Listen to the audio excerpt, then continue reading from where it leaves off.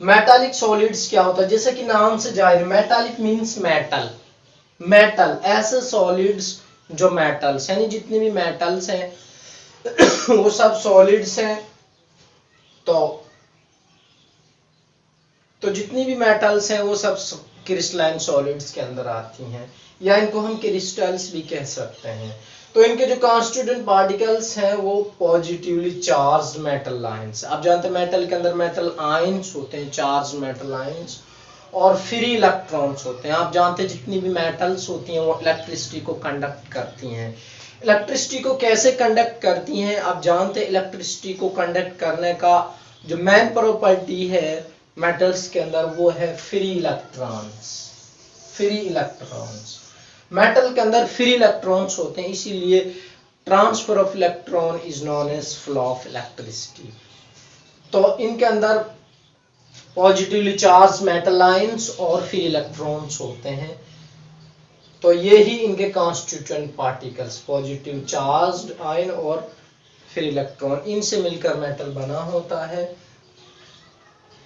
कौन कौन से एग्जाम्पल है देखिए, सारी मेटल जितनी आपने स्टडी किए हैं सब इसके अंदर आएंगी, जैसे कॉपर है, सिल्वर है, एफ आयरन है, मैग्नीशियम है, कुछ अलॉयज भी इस कैटेगरी में आते हैं। इस तरीके से ये सारी मेटालिक सॉलिड्स हैं। ये मेटल्स आप जानते हैं कितना हैवी होता है, मेटल की डेंसिटी कितनी हैवी होती है, तो ये मेटालिक सॉलिड्स है, क्रिस्टल्स के अंदर आती हैं सारी मेटल्स।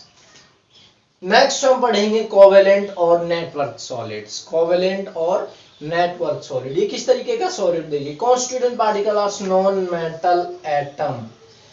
इसमें ध्यान रखें ये बहुत हार्ड सॉलिड्स होते हैं। कोवेलेंट या नेटवर्क सॉलिड जो होते हैं बहुत हार्ड होते हैं, इनकी डेंसिटी बहुत हाई होती है।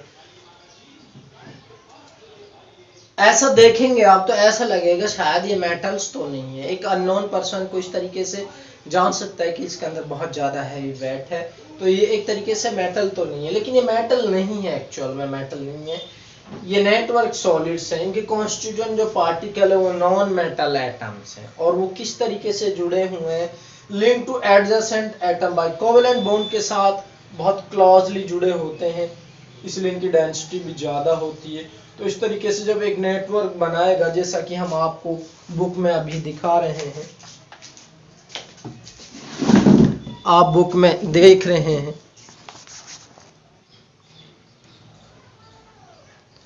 तो इस तरीके से आपने देखा ये ग्रेफाइट का स्ट्रक्चर है, ये आप देख रहे हैं ये पूरा ग्रेफाइट का स्ट्रक्चर है। नीचे आप देख रहे हैं ये डायमंड का स्ट्रक्चर है, ये डायमंड का स्ट्रक्चर है।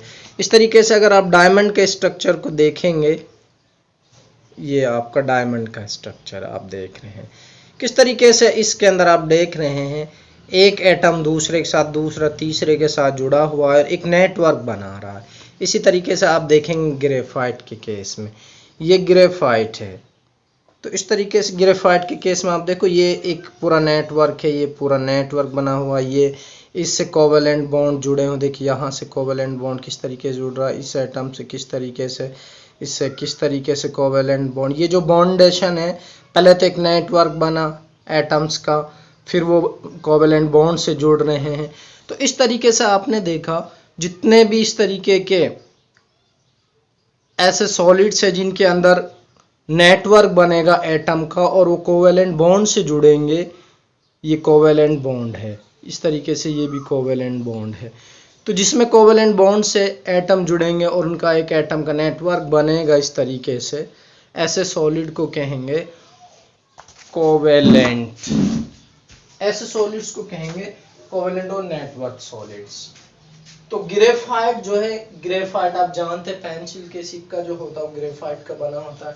डायमंड, हीरा, अभी हमने स्ट्रक्चर आपको ग्रेफाइट और डायमंड की दिखाई है। क्वार्टज भी इसी कैटेगरी में आता, सिलिकॉन कार्बाइड ये भी इसी कैटेगरी में आता। तो इस तरीके से ऐसे सॉलिड्स जिसके अंदर नेटवर्क बनता है एटम का और वो कोवेलेंट बॉन्ड से वो नेटवर्क जुड़ता है बहुत ही क्लोजली, बहुत हाई डेंसिटी का एक सॉलिड सब्सटेंस बनता है, उस तरीके के जितने भी एटम हैं वो सारे कोवेलेंट या नेटवर्क सॉलिड्स के अंदर आते हैं, इनकी डेंसिटी बहुत हाई होती है। डायमंड आप जानते हैं डायमंड का वेट बहुत ज़्यादा होता है, थोड़े से डायमंड का वेट बहुत ज़्यादा होता है, बहुत हैवी होता है। क्वार्टज वैसे हम देखेंगे तो डायमंड एक स्टोन है, क्वार्टज भी स्टोन है, सिलिकॉन कार्बाइड, ये दोनों स्टोन है, इनका बहुत हैवी वेट होता है। तो नॉन मेटल एटम, एटम जो है इनके कॉन्स्टिट्यूएंट पार्टिकल वो नॉन मेटल एटम्स, एटम्स नहीं है वो, मतलब नॉन, वो एटम जो कॉन्स्टिट्यूएंट पार्टिकल्स वो मेटल के नहीं है, नॉन मेटल्स हैं वो कॉन्स्टिट्यूएंट पार्टिकल जो है, और बहुत ही हैवीली कोवेलेंट बॉन्ड के साथ जुड़े होते हैं।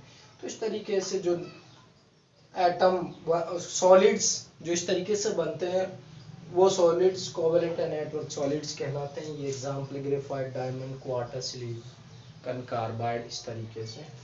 तो ये टॉपिक क्लियर है ना, अब हम नेक्स्ट टॉपिक की ओर चलते हैं।